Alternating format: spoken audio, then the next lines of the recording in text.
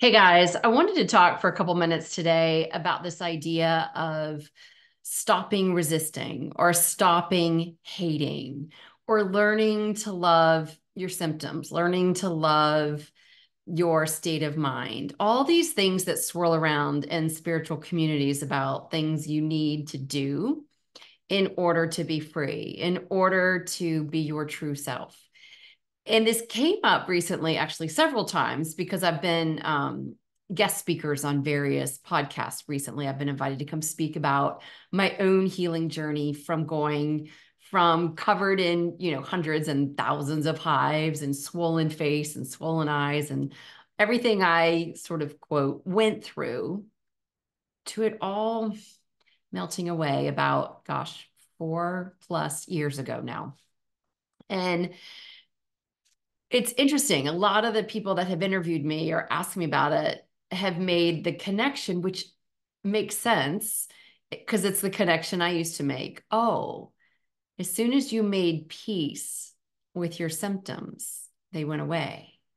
As soon as you learned to love yourself with symptoms, they went away. And that's kind of what I thought then too, because it looked like it. It looked like all my fighting and trying and every doctor and supplement and diet and everything I did only like made my physical symptoms worse over those years. And then when I kind of stopped fighting everything, when I stopped trying so hard to make everything go away, they went away. It was like there just wasn't a need for them anymore.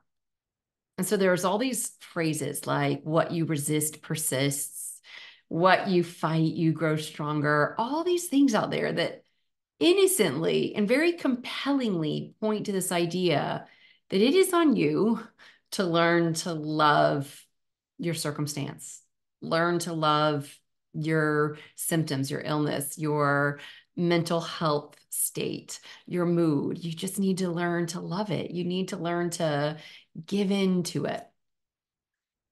And that's just not how I see it anymore. I think it's so much easier than that. I think it's simpler. I think it is lighter. And it really, really takes that whole layer of you need to figure this out and do it out of the equation. So the way it looks to me now, it's kind of like a case of innocent, mistaken identity. I can look back now and see it's not that I learned to figure out how to love my symptoms. How do you do that?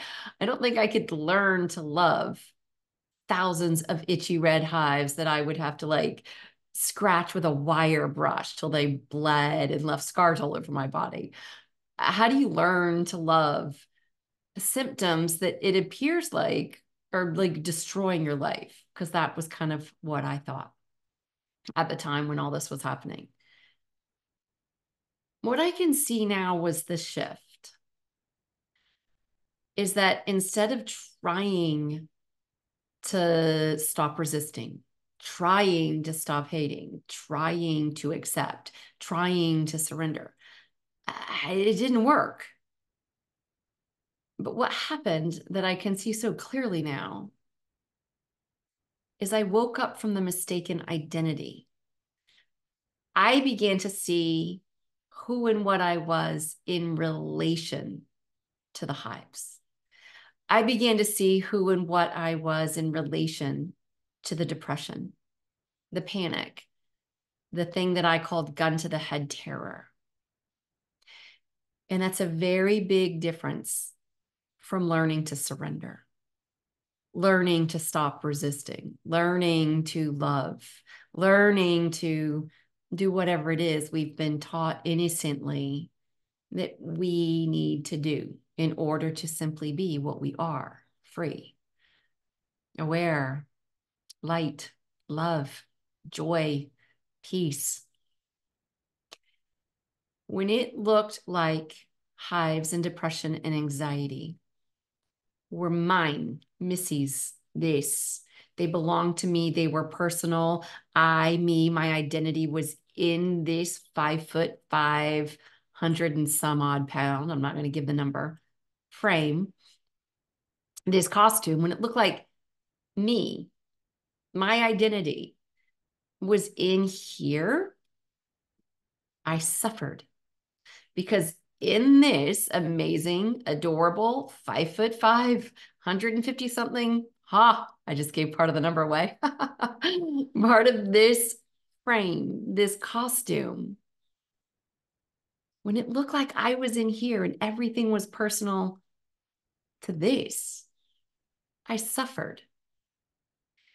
But my suffering wasn't feeling hives or feeling depression. My suffering was feeling separation. It was feeling a misidentification. I was identifying as a separate little Missy walking around in this separate little finite costume that is going to only be on this planet for a certain amount of time, that's separate from everybody and separate from life. I didn't learn to love my symptoms. I didn't learn to love me. Those were a natural byproduct. Those were an organic byproduct of remembering who I am in relation to the hives, who I am in relation to the hatred of the hives, who I am in relation to all my resistance, who I am in relation to the depression. And then that started to turn from who I am in relation to what I am in relation to all those things. If you hate your symptoms, fine, hate them. If you hate your body, fine, hate it. If you hate the depression, hate it. If you're resisting, resist. But the chase to end hatred and resistance and all these human emotions that we have kind of baked into this costume, just stitched in, is a futile attempt. It's an ego trying to take control to secure this. But who are you in relation to the hatred? What are you in relation to the resistance? What are you in relation to this costume? That was the freedom. I began getting really still and quiet when I would notice the hatred or the resistance or the panic or the fear, the terror, the symptoms. I would take one step back and watch. I would watch this Missy character. I'd watch her. I'm not her. I'm not a costume. I'm not temporary. I'm not a form. I'm not this.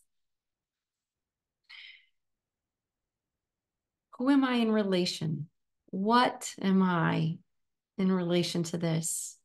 This amazing, very temporary manifestation of life, this very, very temporary form, manifestation of me, aliveness, awareness, consciousness, life, this incredible, dimensionless essence, this energy that is outside of this linear time and space that we have.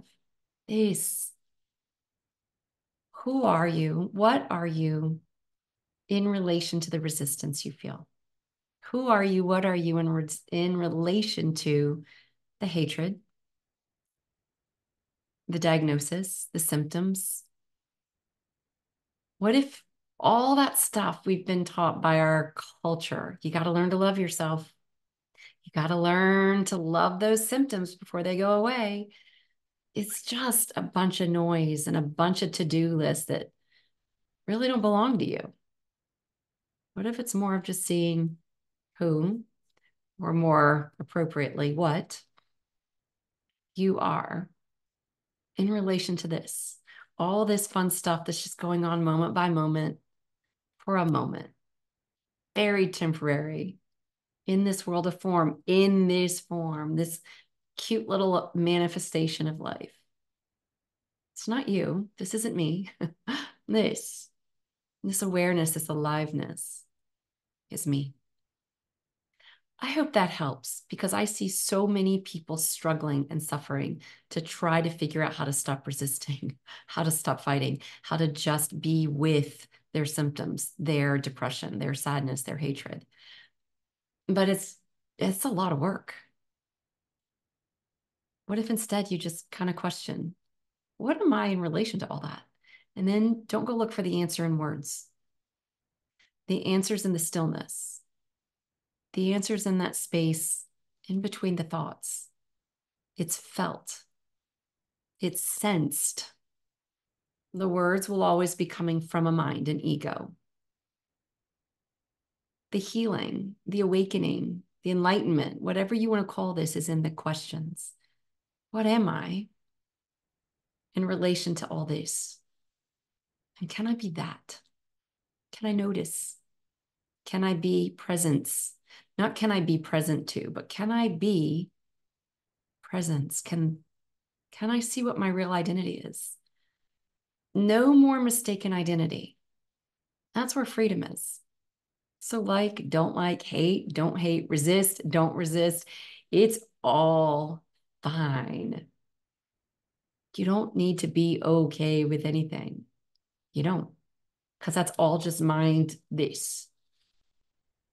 Who and what are you in relation to this? That's where freedom is, liberation. I hope this helps. It has been so much fun, really just tuning into this for myself. I hope it's equally fun and exciting for you.